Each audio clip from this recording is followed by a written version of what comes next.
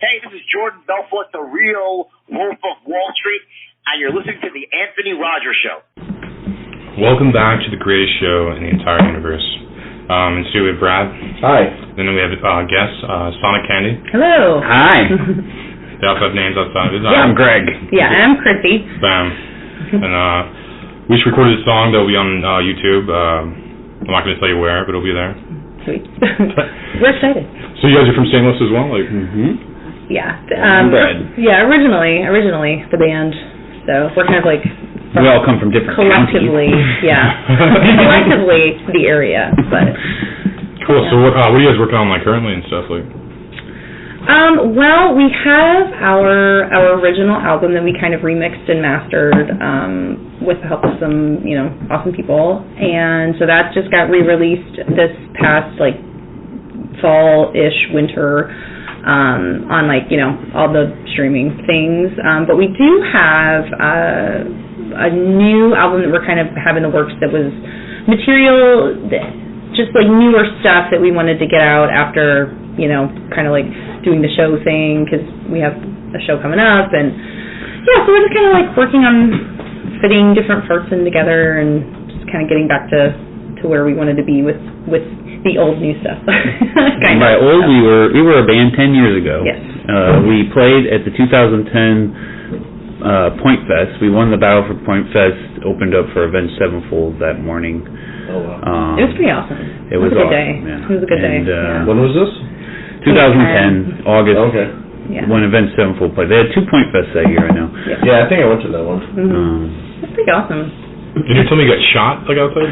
That put a stall on the band. Yeah. Pretty much after that, so you guys were doing like a bunch of dope shit, offered like some decent things, and you get fucking like shot basically. Yeah. I was in the wrong place, the wrong time, and as I was healing, I got a call from Disney, and they were like interested in having us play their cruise line tours and stuff, and we just. So you're like rocks 50 Cent. We couldn't do it though. But here we are 10 years later.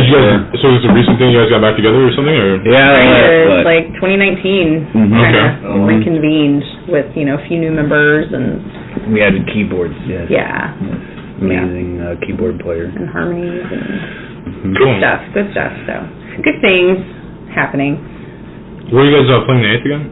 Pops. Pops over in Sauget. It's a Road to Point Fest battle because we won the one back in November, and this is like round final. 2. Yeah, this is round 2, and then if you move on, I think there's another round after that. There might be something like that.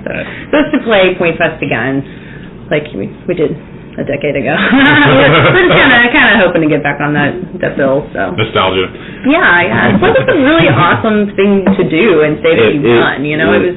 No, it's still a lot. It was amazing. A lot of fucking people there. For yeah. I wanted to, if you're from out of Missouri or something, Point Fest is like a bigger thing. Like it's a huge festival that like people from like the St. Louis area kind of go to. Like all day. And the people that say they're from St. Louis go there. And it's like a bigger thing. So you said you guys added a keyboard player just this last year. Mm-hmm. Yeah. How has that changed? Has it changed you guys' style of music at all? No. I wouldn't say it's changed it. It just like fills it up so much because we did do like. It's not taking like a down part and it's just kind of filling. It's just like a lot of good. It just beefs up everything, and then we have it's a good friend of mine. She does the keys and then she does harmonies live because I recorded harmonies on the original album, but it's just so much better when you have it live. Right. Like so it adds a whole other like layer of goodness to it. So that's good. Very exciting. But that's cool. So it just adds another layer to the sound for sure. Yeah. So what are your plans for 2020? Like, what do you guys see yourself doing as a band? Like. Well, we recorded the guitar, bass, and drums for our new album. And we're pretty much working on getting the rest of it. But these were mostly all songs that we had before everything fell apart 10 years ago, right. and we're kind of putting it back out there. What was cool about it and adding the keyboards is that a lot of these songs we evolved, to where that just fits so well. Yeah, because it's not as like hard as some of the other stuff. So when we started, we didn't have a singer, and a lot of stuff was like punk, guitar-driven sort of stuff. And then when we met her and she joined the band, and we started writing for her style and everything else, and now everything's just culminating into our sound. Yeah. It's exciting. Yeah, it was super good acoustic a second ago. That's super fucking good. Thanks. It's kind of an exciting journey to go on to like trying to adapt to someone else's style and everything. Right. It was interesting.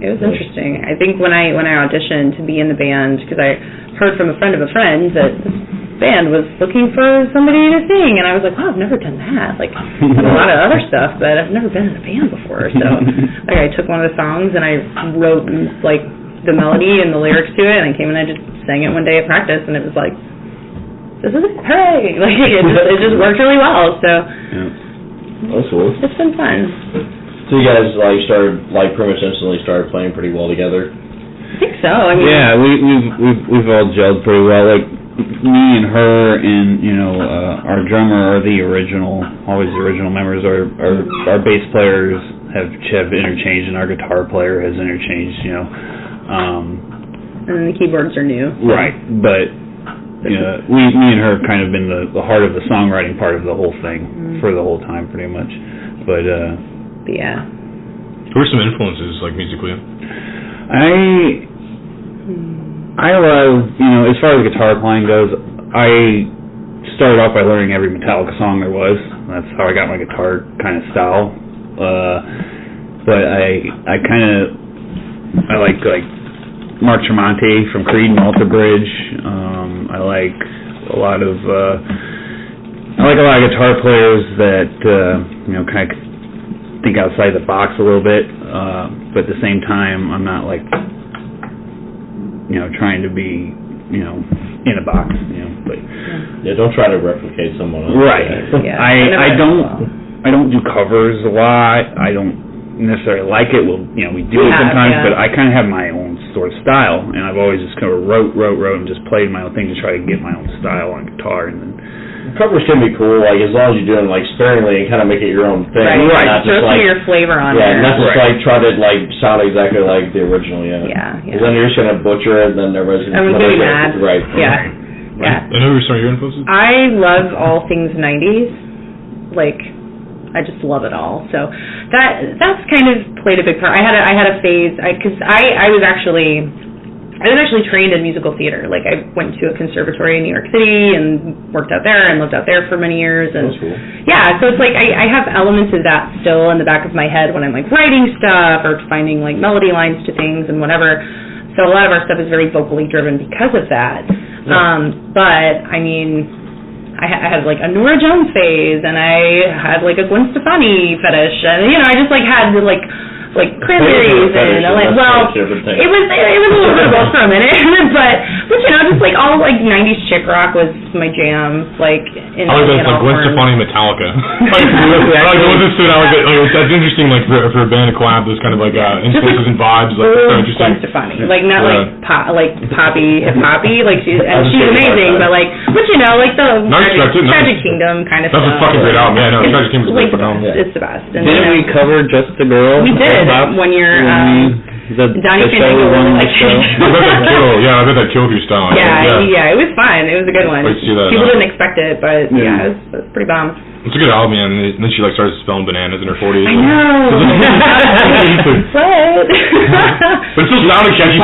In the head really hard. I don't know. You find yourself like singing it still, even though you're making fun of it still. I don't know. Yeah. But yeah, 90s were good for music. Like a renaissance of music, kind of like the Black Album, the Metallica, like the peak and stuff like that. I would definitely say I'm a 80s, 90s guitar influence for sure too. That's definitely true. Good stuff. That's awesome. Yeah. So where do you guys see yourself in like 10 years? Like what is your like 10-year plan as a band or something? Let's say 5. I'm getting ambitious. I'm 35. I'm getting 10 years before I'm retired, bitch. You're like dead. I'm gonna be fucking dead. No, I mean it's ambitious. It's ambitious. Like, what do you see like something like maybe like Super Bowl? Like what the fuck you mean? Like what? I mean honestly, who else asked us? Oh, when we were doing that interview with Cornbread. I think for me, like I would just like to be. I would love it if people knew our music. Just however that happens, just because like every song has a message. I feel like every song means a lot. Like every song has a lot of us in it, and we don't, like, I don't really feel like we have a lot of, like, fluff stupid stuff. You know what I mean? Like, cause so there's sometimes, like, oh, filler on the album or whatever. Like, I feel like all of our stuff is, cause a lot of it is very different styles. Like, each song kind of is a little bit of a different, like, pull from somewhere. Yeah. So it's like, it can be good and bad though, because because then people are like, "What are you?" And it's like, that's like I've found a lot of bands that like they play like a lot of different styles of music, and I like love it all. But like the thing is, they don't make it into like a mainstream type thing, which isn't necessarily a good thing either. Right. But I think too with like the newer stuff being a little more of like the alternative and kind of we're kind of finding more of our groove. Like I think that's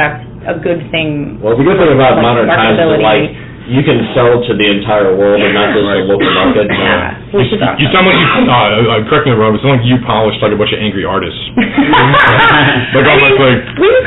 kind of brought different elements of each other, I think. You know what I mean? Like, but you seem like more poppy than I feel like the rest of the band. But I don't know the rest of the band, but just the vibe I get. It seems like you guys are like angry artists, like with like and then you have like a pop kind of thing going. It kind of started out like a melodic voice with like all this angry stuff, but then we kind of like melded it together and like. There's definitely ways.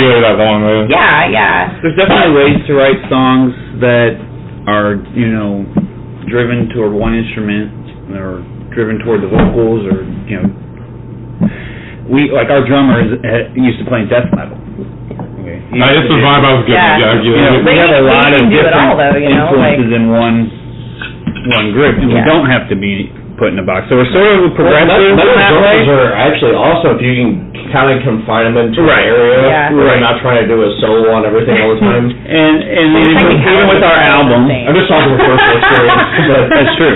Even with our album, that's why we had a producer, Adrian. Sort of, he took all of that, took the drums, took everything, and just sort of made it. That's all he does. Cut and paste, made it work. Sounds amazing. You know what I mean? His drum skills are. Yeah, he's great. He's awesome. Right. I'm happy that we've had him this whole time. Like as the three of us, kind of like the solid, never changing kind of thing. It's been helpful. Every time I go to the sound, he's literally just on his computer, like editing. Like I guess people over recording. He's just constantly producing. Like it's interesting. Like he's a good guy to go with for St. Louis for sure. You guys are very talented, make you guys sound like it. I did my solo stuff with him before Sonic Candy got back together. I was very happy. He's done hip hop and all kinds of stuff. Like he's a talented dude. Yeah. We'll just call him right now and interview him.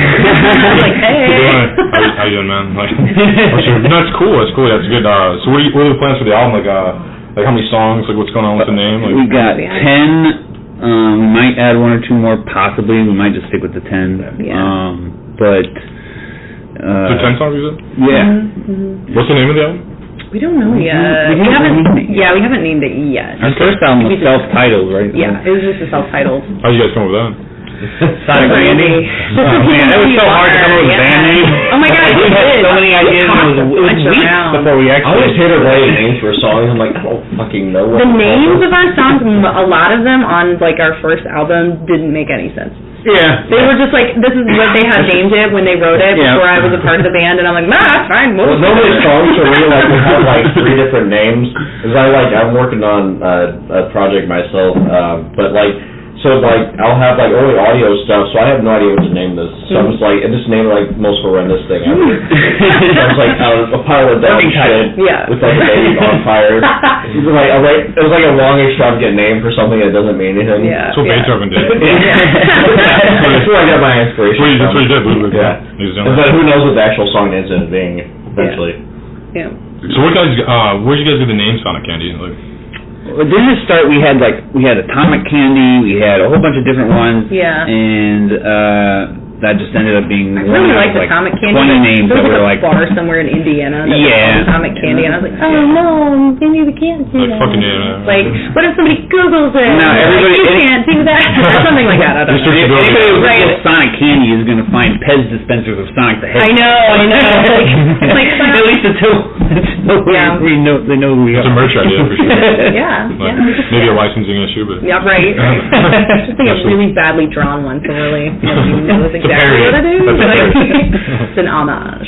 It's awesome. You said to really hope there's no like furry fans that are like into Sonic the Hedgehog. Right. That could be bad. I'd take any fans. If I was anybody, I'd take any fan. I'm like, if you're a furry, if I can buy tickets, whatever. I'll tell you two furry fan base, furries. So I'm pretty afraid I don't leave her at home. Like, turns out the more than we thought. Yeah. So you guys are playing Pomps the 8th. Yes. So everyone listening should go there. Even if you don't live in St. Louis, you should figure out a way It'll to be fun. There's going to be 7 other bands, too. A lot of good local music. Like, just killer music. Every one of these bands has moved forward, one round already. Yeah. You guys are super humble. Well, you know. I feel like if I was in a band, I'd be like, everyone sucks except for me. Oh, no. The whole thing, though, about St. Louis music and the St. Louis music, like, local scene is I feel like you don't run into a lot of that. I don't really remember. There's only, like, 1 or 2 people that were like, screw you guys. I can't tell you that. There's probably an archive of it somewhere. But there was only, like, really, like, in our experience, and we used to play we played tons of shows, and there was really only, like, one incident where they were like, you guys didn't deserve whatever, and it ended up being nothing, but for the most part, everybody's really supportive of each other in this scene, because, like, St. Louis has awesome music. Like, there's awesome artists here, like, from every genre, everything you can think of, and it's really cool, because everybody's just, they'll stay and watch your band, like, instead of just bouncing out the door when their set is done, you know what I mean? Like, the thing about St. Louis is it's not exactly easy being a local band, being an original band, and going out and doing anything like you are in LA or New York or somewhere else. Yeah, really love what they're doing. Yeah. They make extra money, like extra $500 a week just doing like cover songs. Yeah. Like that's cool, I guess, to make $500 a week from doing that, but like you're just playing other people's songs. Right. Like, I wouldn't get any joy out of doing that. Yeah. Yeah, if you're just doing it like for they get money. side hustle or whatever. Original bands But when you have 6 people and you get paid $100. Some of them I get paid more than others. I mean, I guess.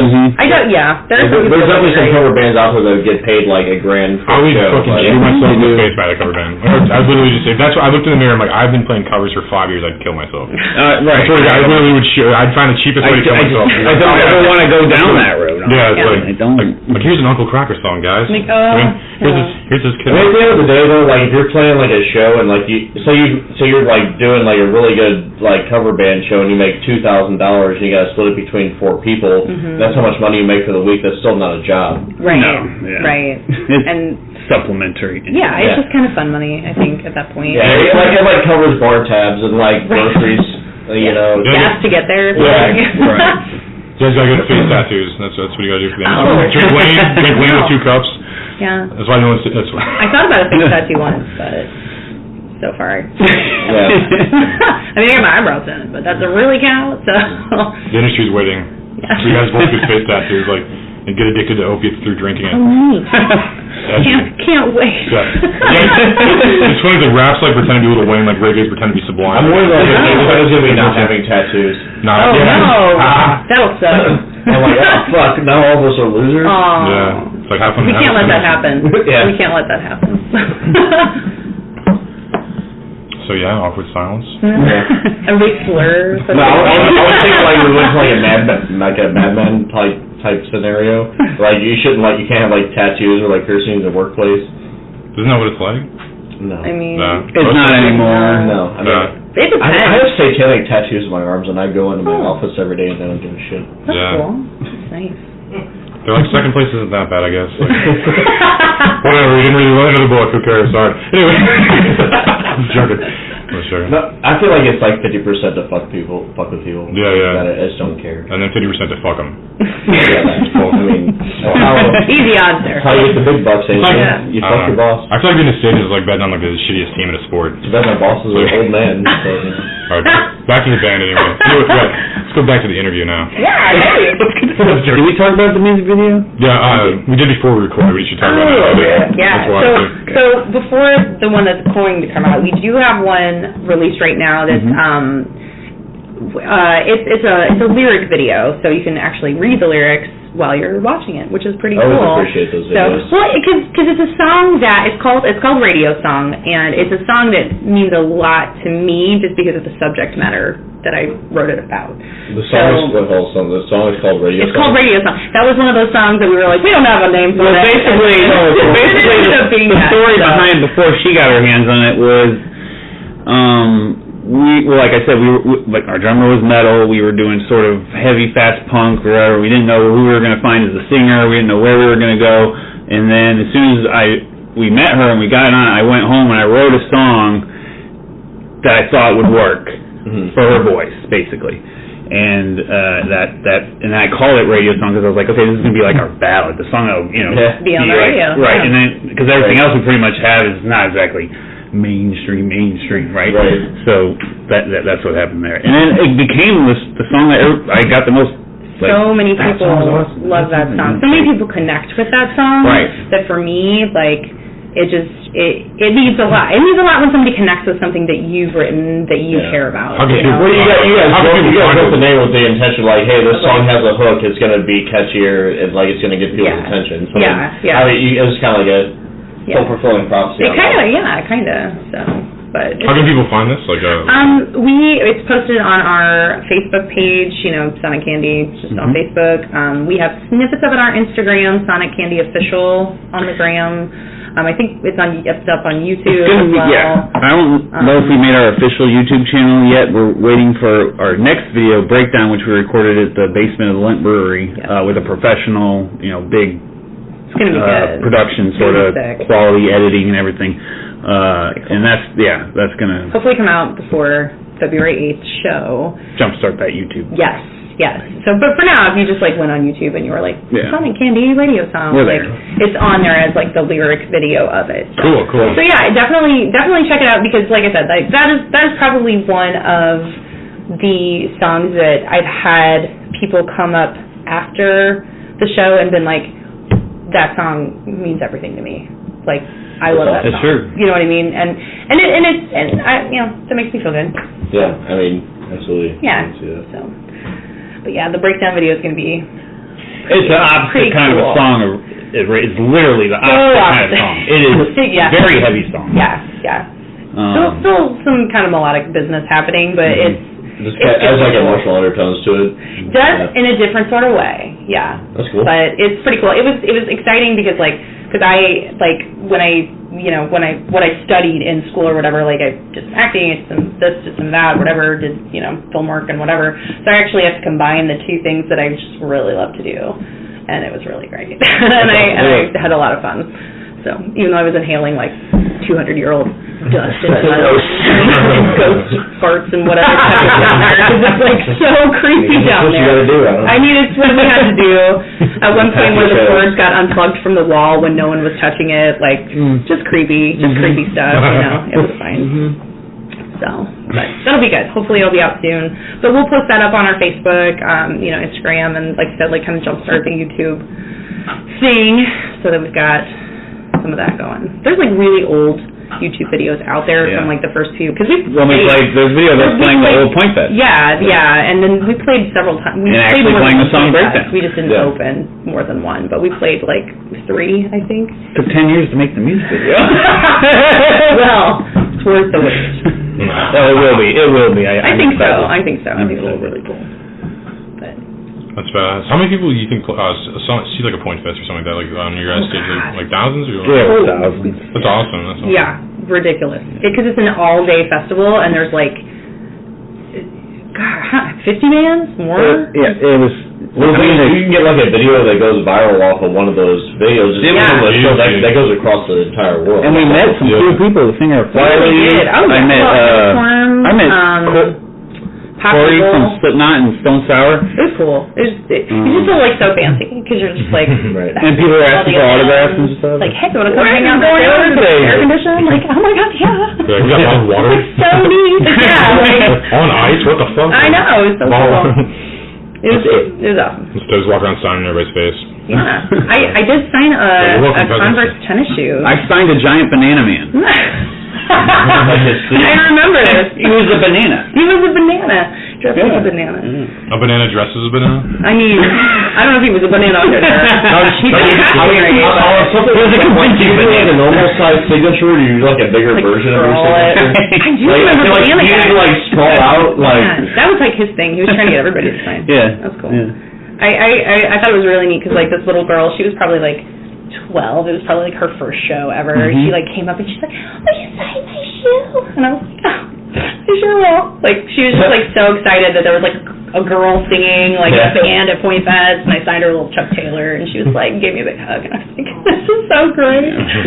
Yeah, I felt really great about that.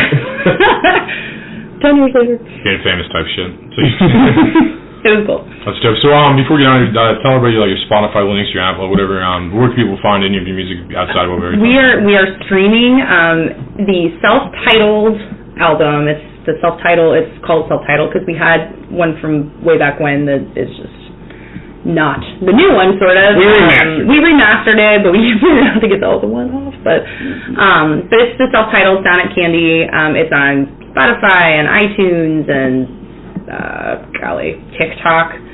It's on all the things. Pretty much anything you can look. Smart TikTok. So, smart. Yeah.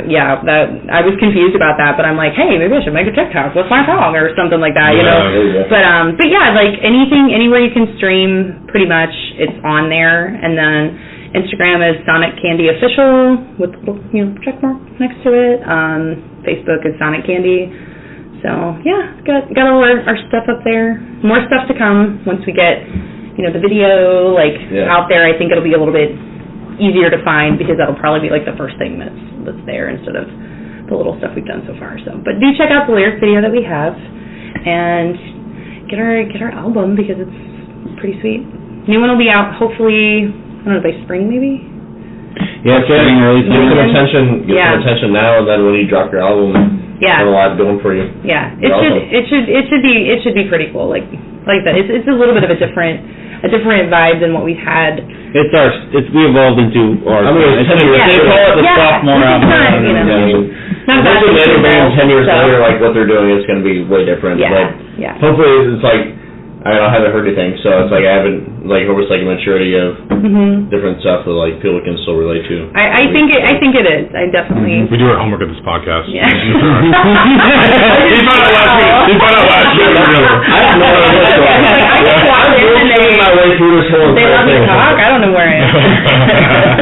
And he's like, hey, you want to come over and be drunk? I'm like, I'm already drunk. Yeah, sure. It's not how I said it, but it was close. It worked out. We were recording it, like, you just want us to be here, like, yeah, I'll talk about it. So listen to Sonic Candy on all streaming platforms, watch the lyrics video, give them all your fucking money, and go see him the 8th. Yes. Cool. Thank you guys again. Thank you so much.